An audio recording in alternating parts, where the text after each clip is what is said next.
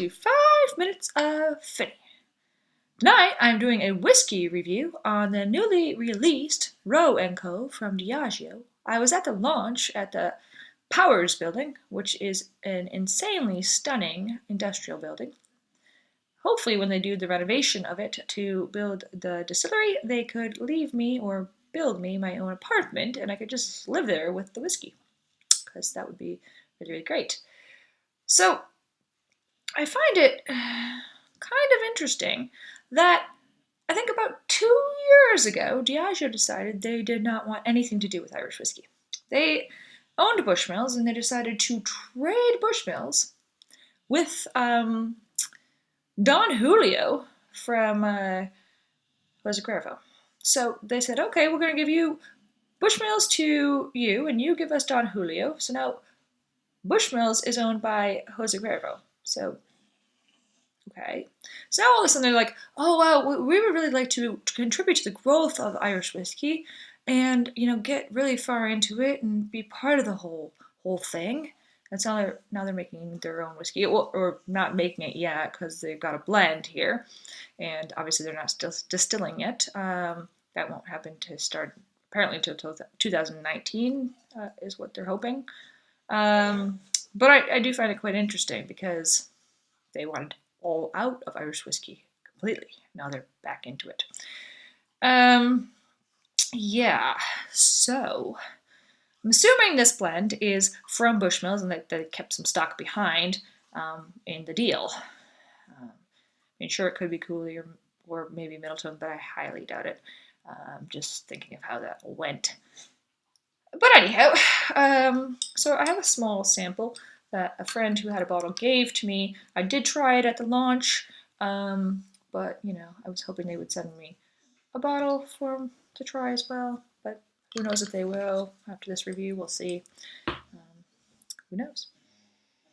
So moving right into it, my glass.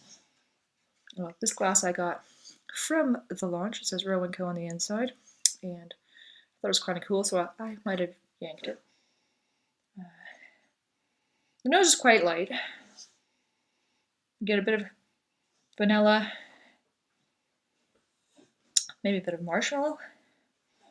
It's a bit of toffee.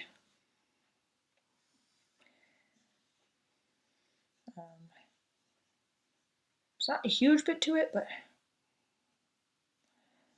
a bit candied orange. The palate is also quite light.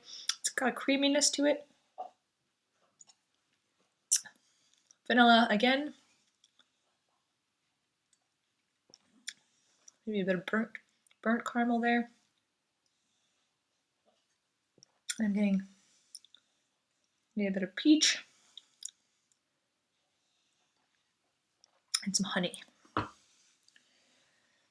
And the finish is not too long, slightly medium. It's not dead stop, but it's not full on either. So anyhow, I find it interesting that Roe & Co. was started in 1757. Peter Roe started it on Thomas Street, which is now the building that's owned by Guinness or Diageo. It was on Guinness property after all the said and done. He started it there, and then it moved on, and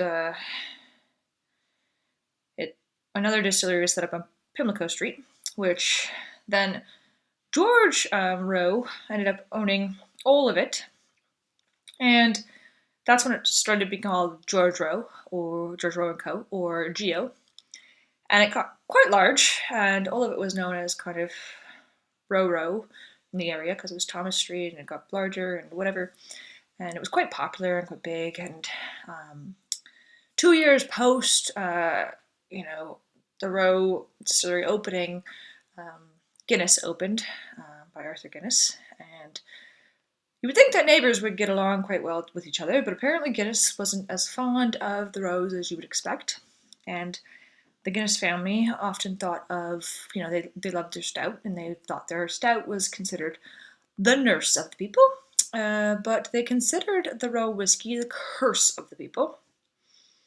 So I find it quite ironic that now Diageo, who makes Guinness, is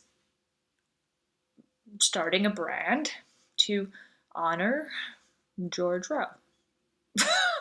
It just seems a bit weird after the relationship that apparently the two families had. Um, it just seems a bit bizarre.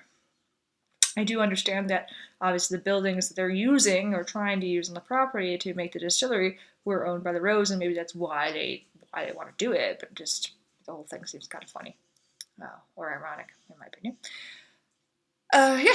So, um, I think obviously Rowe and Co. George Rowe and Co. Didn't make it through the prohibition like a lot of the other distilleries, and so that's kind of why Guinness ended up owning all the buildings, and that's kind of where it went, and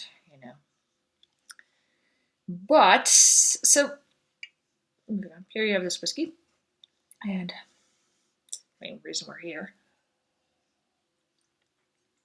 I think what I kind of noticed on the night of the launch, and obviously from drinking the whiskey itself as well, is they were serving it neat at one station, and neat or with ice. Pretty much with ice is what they were trying to do, because he had huge blocks of ice that were knocking off like massive chunks the size of my head and putting it into glasses. And then the rest of the stations were all cocktail stations, like huge cocktail stations with crazy cocktails. And so they're, from what I can tell, marketing this as a cocktail whiskey. And from how I would drink whiskey being, you can drink it straight, but it's not as complex or as flavorsome as I would like it to be anything other than a cocktail whiskey, to be honest. So, in my opinion, this is the Guinness of Irish whiskey. And you can take from that whatever you would like. So that is my review of Diageo's Rowe & Co.